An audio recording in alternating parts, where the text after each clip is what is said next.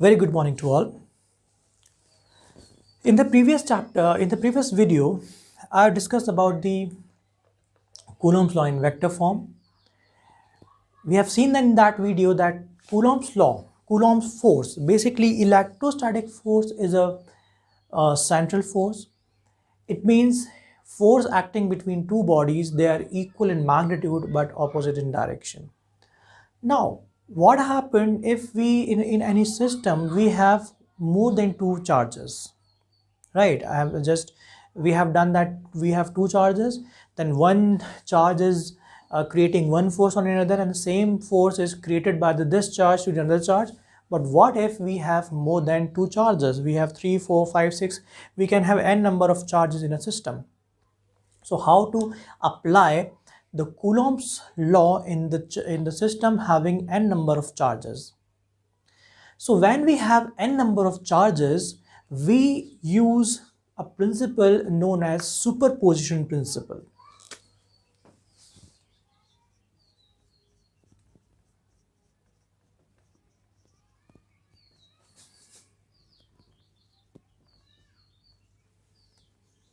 Superposition principle. Now, what is superposition principle?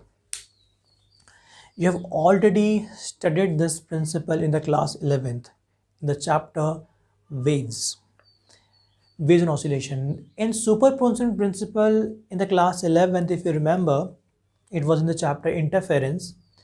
When two or more than two waves simultaneously moves in a single direction, then due to this superposition, like the two or more than two waves going like this, and due to their superposition, at any point you can find out the resultant displacement of the medium particle, and that was the resultant displacement of medium particle is nothing but it was displacement created by the vector sum of displacement created by the individual waves. That was superposition principle. Now, in Coulomb's law, the superposition principle is a bit same. The only thing is, in the chapter wave, we are calculating the displacement of the medium particle, but here in this chapter we will calculate the total amount of force, the total resultant force acting on any one of the charge. So let's do it. Let's take a system having some charges, right? Let's suppose we have, this is q1, this is q2, this is q3, and suppose we have, similarly we have n number of charges qn. Okay, now we have to calculate the total force acting on the charge q1. See, we can calculate the total force in any one of the charge depending upon the questions. It is given in the question that on which charge we have to calculate the force. So suppose in this example I am calculating the force on the charge q1. Now the q1 experience charge from all of these charges. What we'll do, we'll calculate the force acted by all of these charges individually first. So let's say the force experienced by q1 due to q2 is F12, right? This is the force experienced by q1 due to q2. Then it is experiencing force due to the q3 also. So let's say this is F13. Let's suppose we have one more. Let's suppose we have one more here, charge q4, and the force experienced by q1 due to q4 is F14, and similarly we have n number of charges, so it will be up to F1n, right? What we do then?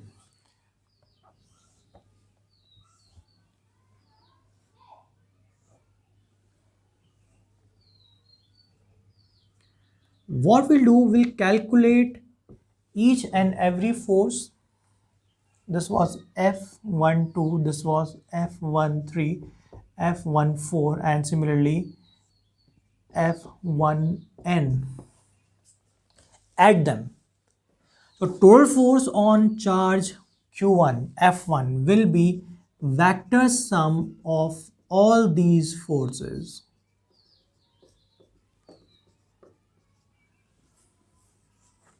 But remember, we know that the force is a vector quantity. So whenever we calculate the resultant of any vector quantity, we just can't add them ordinarily. We have to add them vectorly. We have to calculate the vector addition of these forces. And in vector addition, if you remember, only magnitude is not being considered. Magnitude as well as direction, they both things are considered, right? So we have to add them according to the vector law. What was the vector law? If you remember, vector law was R equals to under root of a square plus b square plus 2ab cos theta. This was the magnitude of resultant. It comes from the vector law of addition. What is theta here? Theta is the angle between two forces. So this is your superposition principle. The definition of superposition principle you can see from your textbook. Let us discuss another topic, and from this topic you'll get at least one numerical in your board exams. How this method goes on, because this topic is a basic topic. You have also completed this topic in the class 10th, class 9th as well, and this topic is equilibrium of charges. You know what is the meaning of equilibrium.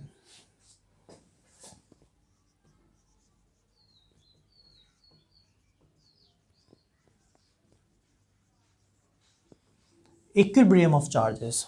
So before we move forward in equilibrium charges, let's talk about what is equilibrium. I think you all know what is equilibrium. Just for the sake of revise, we revise what is equilibrium. Equilibrium, we say that body is in equilibrium when the total force acting on the body, that the total sum of the forces acting on the body is equals to 0. Then we can say the body is in equilibrium, right? Suppose let this duster is in my hand. It is in equilibrium right now because the weight acting downwards and the same force I'm acting on this duster upwards, so that this duster does not go down, right? So this is this duster was in equilibrium, right? So the first thing is in equilibrium is that the total forces, the total sum of the forces acting on the body must be equal to 0. It means F1 plus F2 plus F3 plus up to Fn must be equal to what? 0. This is your this is the condition of equilibrium, right? Now one more thing, I'm just talking about the forces, but when we talk about the moment of forces, suppose we have a body and here we have force F, again we have force F. Now in this case the total force acting on the body is 0, but this body is not in the stable equilibrium, because what would happen? This body will start to rotating like this. So in equilibrium, two conditions are necessary. First, the total force must be 0. Second, the total moment of force about any fixed point must be 0. Then we can say that body is in equilibrium. Okay, equilibrium are of two types. First, static equilibrium, and second, dynamic equilibrium. So obviously static equilibrium is when the body remains stationary even after so many forces are acting on it. Then we can say body is in the static equilibrium. And dynamic, when the body is moving with a constant velocity even after action of these so many forces, then we can say the body is in the dynamic equilibrium. So in this chapter electrostatic, because in the very first video I have explained you what is the meaning of electrostatic. It is nothing but the study of charges at rest, right? So in this chapter, we'll not talk about the motion, we'll talk about only the stationary charges. So we'll talk about the static equilibrium, right? So suppose only two forces acting on a body and system, and that system is in equilibrium. So what will be the condition? Condition will be that F1 plus F2 must be equals to 0, or simply we can say that F1 will be equals to minus of F2. It means that forces acting on the system or any one of the charges from the system must be equal and opposite. Equal in magnitude and opposite in the direction. So this is the equilibrium of charges as concerned, right? Now let's see how do you get the numerical from this topic, because as I said, there will be 1 to 2 numericals will be there from this topic in your board examination. And what kind of numerical will come from this topic? Let's talk about it. A very common type of numerical come from this topic is that you have two charges, let's say Q1 and Q2. Question is asked that where should we put the third charge in the system so that the total force on that charge will be 0, or we can say that the total system will be in equilibrium. Okay, I'm repeating myself. Question will be, we have two charges, let's say Q1 and Q2. We have to put the third charge in the system so that the system will become the system attain the equilibrium. How do we attain this equation, this situation? The only thing, the only concept in such kind of numerical is, as just we have discussed, the total force acting on any one of the charges must be equals to 0, right? If we have three charges, then suppose we have three charges Q1, Q2 and Q3, and we are finding the force on this Q1. So this charge, the total force experienced by Q1 must be 0 due to Q2 and Q3. And if you calculate the force on this, then again the total force due to these two forces will be 0. So the condition is the total force on any of the charges must be equal to 0, right? So let's see how we solve it. Now two conditions are possible. What are the two conditions? First condition, we have two charges of similar sign.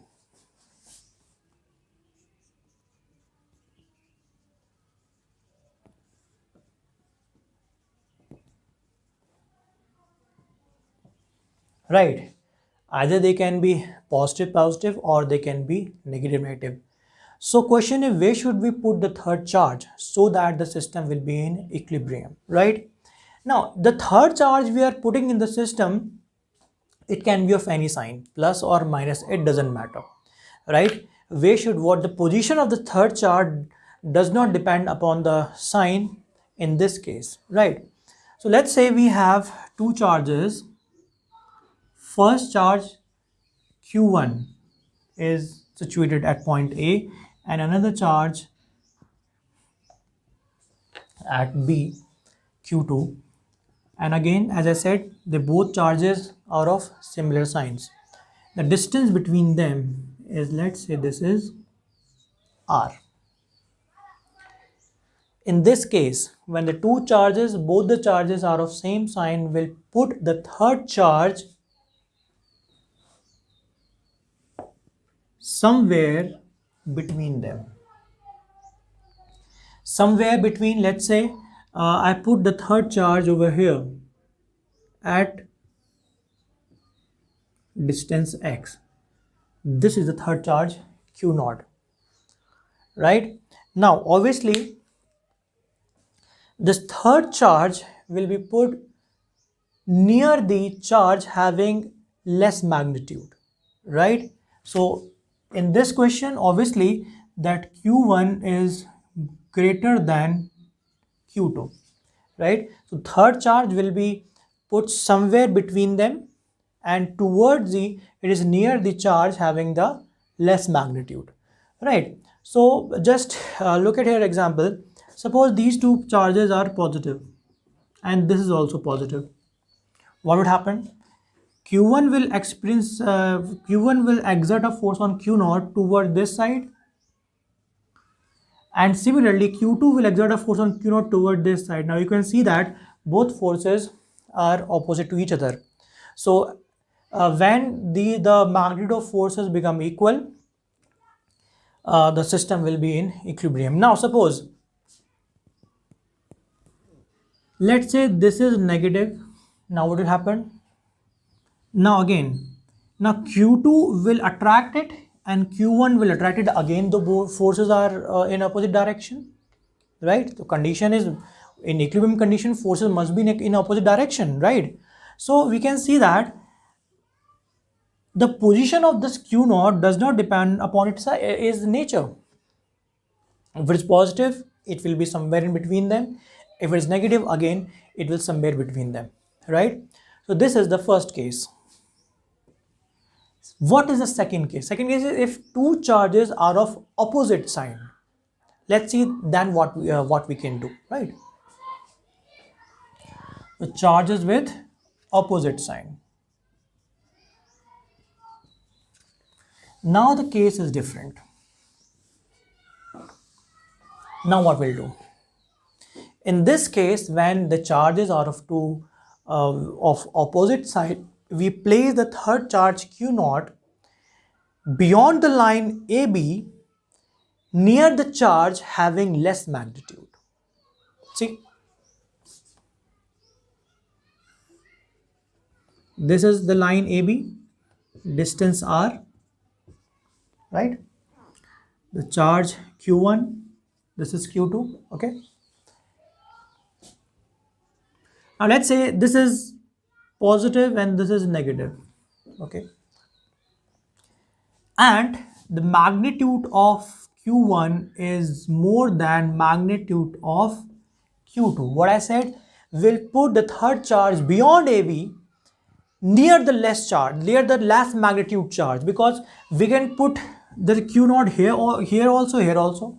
No, we can put the charge Q0 only near the charge having the less magnitude, like this, because I said Q2 is less magnitude charge. So this is Q0, right? So let's say this distance will be x and this distance will be r minus x.